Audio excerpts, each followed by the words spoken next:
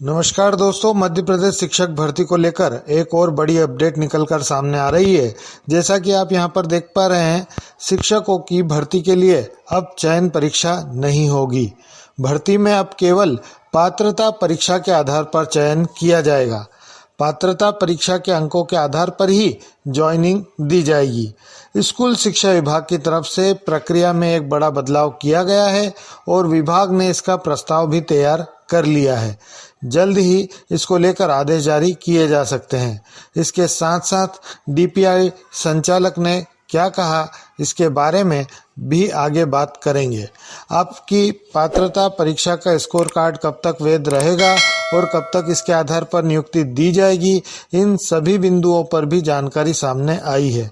अगर आप देखें तो विभाग ने प्रस्ताव तैयार कर लिया है और जल्द आदेश जारी होने की संभावना है। शिक्षकों की भर्ती के लिए अब अलग से चयन परीक्षा आयोजित नहीं की जाएगी, केवल पात्रता परीक्षा के आधार पर भर्ती प्रक्रिया पूरी की जाएगी। प्रदेश के सरकारी स्कूलों में शिक्षकों की भर्ती के लिए अब उम्मीदवारों को केवल शिक्षक पात्रता परीक्षा टेट पास करना होगी और उसी के आधार पर भर्ती प्रक्रिया पूरी होगी। केवल एक परीक्षा के आधार पर भर्ती करने के लिए स्कूल शिक्षा विभाग प्रक्रिया में बदलाव की तैयारी कर रहा है। अब तक उच्च माध्यमिक, माध्यमिक और प्राथमिक शिक्षक भर्ती में पहले पात्रता परीक्षा और उसके बाद चयन परीक्षा आयोजित की जाती थी। इस व्यवस्था के कारण अभ्यर्थियों को 2 बार आवेदन करना पड़ता था और अलग अलग परीक्षाओं की तैयारी करनी पड़ती थी। लेकिन अब इस व्यवस्था में बदलाव किया जा रहा है।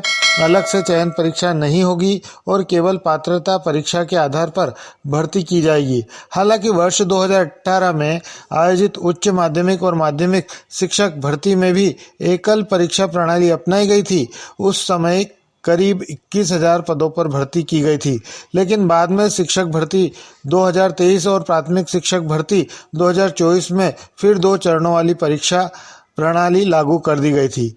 नई व्यवस्था से अभ्यर्थियों पर आर्थिक बोझ भी कम पड़ेगा।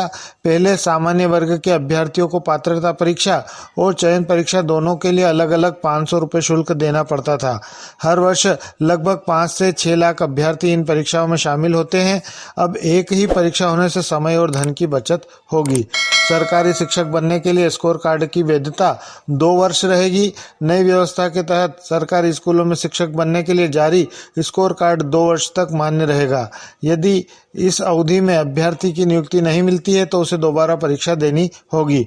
भर्ती के लिए विभागीय पोर्टल पर रिक्त पदों की जानकारी जारी की जाएगी और मेरिट के आधार पर चयन किया जाएगा।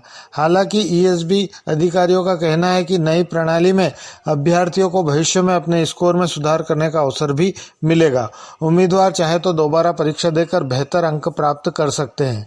निजी स्कूलों में भी अब केवल पात्रता परीक्षा उत्तीर्ण अभ्यर्थियों की ही नियुक्ति दी जाएगी।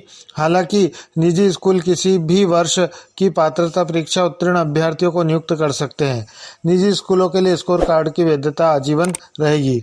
लोक शिक्षण संचालनालय के संचालक के द्विवेदी का कहना है कि शिक्षक भर्ती के लिए केवल पात्रता परीक्षा कराई जाएगी, चयन परीक्षा नहीं होगी। इसके लिए तैयारी लगभग पूरी हो चुकी है और जल्द ही नई व्यवस्था लागू कर दी जाएगी। जैसा कि विभाग की ओर से जानकारी सामने आई है, प्रस्ताव तैयार हो चुका है और जल्द ही आदेश जारी किए जा सकते हैं। अब केवल एक परीक्षा के माध्यम से भर्ती की जाएगी। पात्रता परीक्षा का स्कोर कार्ड 2 वर्ष तक वैध रहेगा।